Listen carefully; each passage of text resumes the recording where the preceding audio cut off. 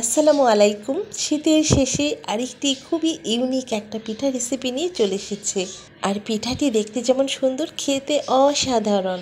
বিশেষত পিঠাটি খুবই অল্প সময় এবং খুব সহজে অনেকগুলো পিঠা তৈরি করতে পারবেন। আর পিঠাটি তৈরি করা এতটাই সহজ যে যে কেউ এটা তৈরি করতে পারবে। এখন প্রথম এই পিঠা তৈরি করার জন্য পিঠার ভিতরের পুরটা তৈরি করে নেব।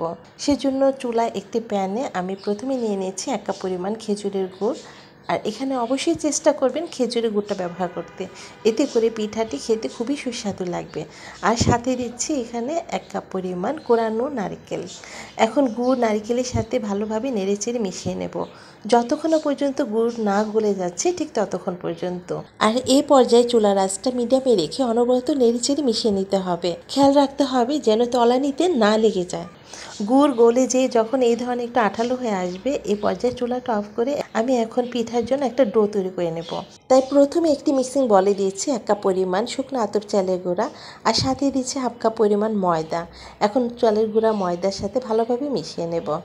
আর এখানে অবশ্যই চালের গুঁড়ার সাথে ময়দাটা ব্যবহার করবেন।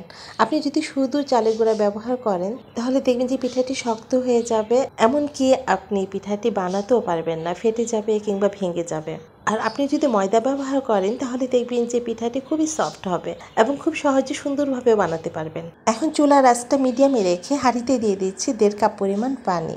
এখানে আমি 1.5 কাপ পরিমাণ চালের গুঁড়া নিয়েছি, তাই আমি সম পরিমাণই পানি নিয়েছি। আর সাথে দিচ্ছি এখানে 1 চা চামচ পরিমাণ লবণ, আর দিচ্ছি 1 চা চামচ পরিমাণ তেল।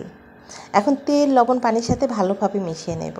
যখন পানিটা ফুটতে শুরু করবে এ পর্যায়ে দিয়ে দিচ্ছি সামান্য পরিমাণ কোরানো নারকেল। এটা অপশনাল, আপনি চাইলে স্কিপ করতে পারেন, তবে এখানে নারকেলটা ব্যবহার করলে পিঠাটির স্বাদ বহুগুণে বেড়ে যাবে। এখন পানির সাথে নারকেলটা মিশিয়ে নিয়ে আমি দিয়ে দিচ্ছি সেই মিশিয়ে রাখা চালের গুঁড়াটা। এখন ঢাকনা দিয়ে ঢেকে আমি 5 মিনিট পর্যন্ত অপেক্ষা করব। 5 মিনিট পর চুলাটা অফ করে ঢাকনা উঠিয়ে আমি পানির সাথে ভালোভাবে মিশিয়ে নেব চালের গুঁড়াটা।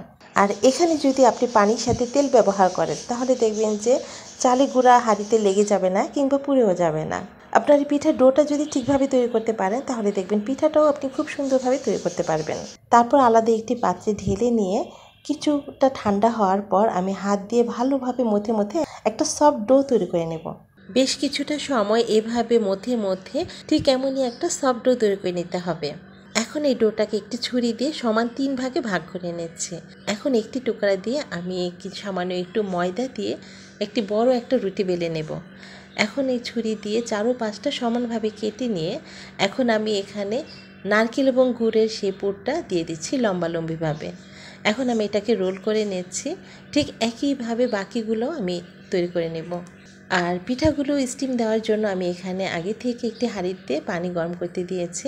এখন ঠিক এমন একটি স্টিমারে পিঠাগুলো আমি সাজিয়ে নিয়ে 10 মিনিট পর্যন্ত স্টিম দিব। 10 মিনিট পর আমি এখান থেকে তুলে নিয়ে একটি সার্ভিং ডিশে রেখে ঠান্ডা করে নেব। এখন আমি পিঠাগুলো একটি ছুরি দিয়ে কেটে নিচ্ছি ঠিক এভাবে। আর এটা কোনোভাবেই কিন্তু গরম অবস্থায় কাটা যাবে না, ঠান্ডা হওয়ার পর কাটতে হবে। যদি গরম অবস্থায় কাটেন তাহলে কিন্তু সুন্দরভাবে কাটতে পারবেন না। ঠান্ডা হলে দেখবেন ঠিক এমনভাবে গোল গোল করে আপনি কেটে নিতে পারবেন। সবগুলো পিঠাই দেখুন আমি কেটে নিয়েছি, আর দেখতে দেখুন কতটা সুন্দর লাগছে। একটি পিঠা আমি এখান থেকে আপনাদের খেয়ে দেখাচ্ছি, মুখে দিলেই যেন মিলিয়ে যাচ্ছে, এতটা সফট হয়েছে আর খেতে অসাধারণ হয়েছে। একটা একটা করে পিঠা না তৈরি করে আপনি এভাবে যদি তৈরি করেন দেখবেন অল্প সময়ে অনেকগুলো পিঠা তৈরি করতে পারবেন।